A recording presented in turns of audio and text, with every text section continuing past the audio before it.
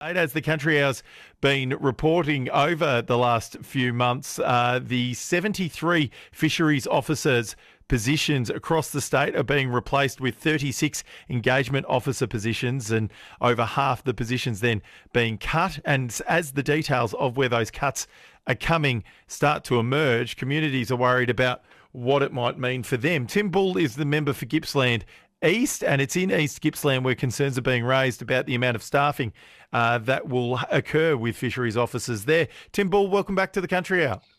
Yeah, thanks, Warwick. What have you heard about the numbers of staff? How many have you got now? How many will be left after the cuts to fisheries officers are made at the Victorian Fisheries Authority? Yeah, so we're basically in East Gippsland going from 9 to 4. We had 4 positions at Mallacoota that's going down to 2. 4 positions at Lakes Entrance that's going down to 2. The regional manager's job goes, and there's also, apart from that 9 down to 4, there's a question mark over the administration support at Lakes Entrance. But the challenge 9 to 4, yeah. What does that mean in reality then for fisheries officers' works on the ground in East Gippsland? Mallacoota to Lakes is already a big enough area, isn't it? Yeah, look, absolutely, Warwick. The challenge is that if fisheries officers are undertaking enforcement or surveillance work, they have to work 2 up. That's the rules, and don't have any problem with that, completely understand it. So 2 up means 2 officers have to go out in the field together? Yeah, that's right. So if we're at Mallacoota and, one of the fishos up there is on annual leave, sick leave, parental leave or long service leave, it leaves the other officer there 1 up.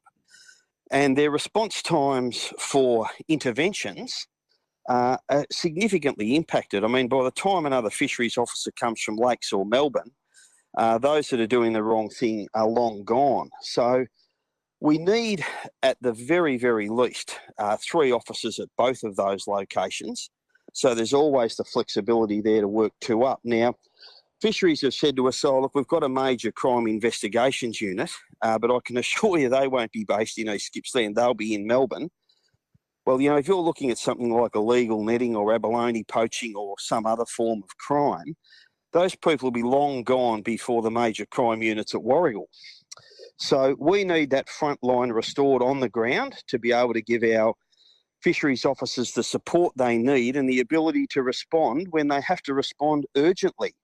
It's just not good enough to have 9 down to 4 and remove that capacity from them. And as you just said, if you then have any staff away sick or on leave, that makes how fisheries staff work seemingly unworkable.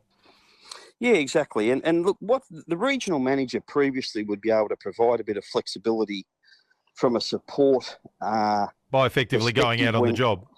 Yeah, when someone was away. But now that position's gone as well. So just to have 2 in Lakes and 2 in Mallacoota, there's 16 weeks of annual leave before you start on anything else. So there's 16 weeks of the year when they're going to be unable to complete their duties and be able to respond 2 up. Now, of course, we also have sick days and we have other various forms of leave, which everyone is entitled to take. But that should not impact on our ability to respond urgently when needed, and unfortunately it will do that. And this is an area where, and I'll be careful because this is still before the courts, but where allegedly $17,000 worth of black lip abalone was seized around New Year's. Yeah, look, there's a very long history of people doing the wrong thing in relation to abalone in particular in East Gippsland, going back decades and decades. Fisheries will argue that recreationals often, generally do the right thing, and that is true. But those that are doing the wrong thing are a whole different kettle of fish. And I would also argue that one of the reasons that we have a high level of respect for the law amongst our recreational anglers is because of the presence of our fisheries officers on the ground, enforcing what they do, getting out there and having a visible presence. And the reality of it is that on-water hours will be severely impacted by this. So the presence of our fisheries officers will be far less than what it was before. And Tim Bull, just before I let you go, I've got rural news coming up, but this does seemingly seem like a budget issue for the Victorian government. You've been critical of their budget issues in the past. So isn't this the government doing what you want them to do, stopping spending? No, well, no, obviously not. And look, they've been open and honest about it being a budget issue, but they can't say,